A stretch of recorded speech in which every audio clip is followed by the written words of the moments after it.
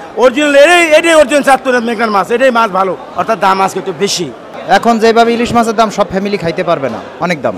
মাছের দাম বেশি, অতিরিক্ত বেশি। সবজির দাম তো অনেক দাম, গরিব মানুষের কিনার বাহিরে, সাধ্যের বাহিরে। সব তো বাজার চড়া এখন বর্তমানে, মাছের দাম তো আকাশ ছোঁয়া। মোটামুটি চাউলের বাজার অনেক বেশি, প্রতি বছর চাউলে মনে করেন আপনি 300 টাকা বাড়ছে। কম ছিল, এখন দাম বাড়ি গেছে হঠাৎ। কেজিতে 50 টাকা বেড়েছে আদা, পেঁয়াজে বেড়েছে কেজি প্রতি 10। প্রাইসটা একটু বেশি। এলএমই সার্টিফাইড বিশ্বসেরা কপারে তৈরি ওয়ালটন কেবলস, যা আপনার স্থাপনাকে রাখবে সব সময় নিরাপদ। হঠাৎ করে মাছ আবার কমে গেছে, নদীতে মাছ কম দেখা দিচ্ছে, অর্থাৎ এই যে 1.5 কেজি 1 কেজি 600 মাছ ব্যস্ত আছি আপনি 2650 টাকা কেজি। 4 দিন আগে আসলো আপনার 2300 2400, অর্থাৎ মাছ অরিজিনাল চাঁদপুর। আপনি চেহারা দেখেন মাছের, আপনি মাছের নমুনা দেখেন, মাছ কি সুন্দর কালার, অরিজিনাল এটাই অরিজিনাল চাঁদপুরের মেঘনার মাছ, এটাই মাছ ভালো, অর্থাৎ দাম আজকে একটু বেশি। মাছ ভালো, কাস্টমার খাইলে কাস্টমার করবো যে মাছ খাইছি, টাকায় 10 টাকা ঠকবো, জিনিস পাবো 1 নাম্বার। এটা আপনার 1 কেজি 400 300 2500 টাকা কেজি, এটাও চাঁদপুরের মাছ, অরিজিনাল চাঁদপুর। একটু বাড়ছে ভাইয়া। ইলিশ মাছ 2500 টাকা কেজি, যেটা 1 কেজি এটা 2500 2600 টাকা। আর আপনার বাইং মাছ হলো 400-500 টাকা কেজি, বল মাছ হলো 300-350 টাকা কেজি, ইন্ডিয়ান বল। এখন যেভাবে ইলিশ মাছের দাম সব ফ্যামিলি খাইতে পারবে না, অনেক দাম। মৃগেল বেচছে 270 টাকা। না স্বাভাবিক আছে, মিনিমাম মার্কেট যা চলতেছে এই লেভেলে স্বাভাবিক আছে, এখানে একটা না এক মাস এই লেভেলেই যাচ্ছে। মাছ পাঙ্কাশ 180-85 টাকা, বাইলা মাছ আনছি 580 টাকা, বাইলা কিনছি 1 কেজি, পাঙ্কাশ কিনছি 5.5 কেজি। মাছের দাম বেশি, অতিরিক্ত বেশি। সবজির দাম তো অনেক দাম, গরিব মানুষের কিনার বাহিরে, সাধ্যের বাহিরে। ইনকাম আছে মনে করেন 200, বাজার করতে গেলে লাগে 500। গরিব মানুষ কিনা খাওয়ার মতো এখন অবস্থান নাই। না মাছ কিনতে পারি নাই, মাছের বাজার ছড়া আছে, না মাংস কিনে নেই। আমরা গরিব মানুষ কোনো রকম দিন আনি দিন খাই, মাছ মাংস কেনার মতো কোনো সাধ্য নাই এখন বর্তমানে।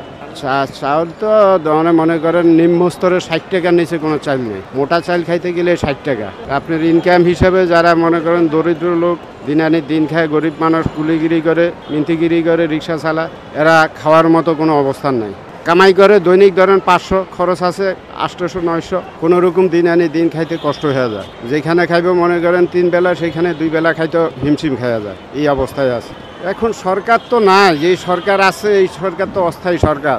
এখন আমাদের তো মনে করেন কিছু করার নাই, উনি তো মনে করেন অস্থায়ী, উনি তো কি করব।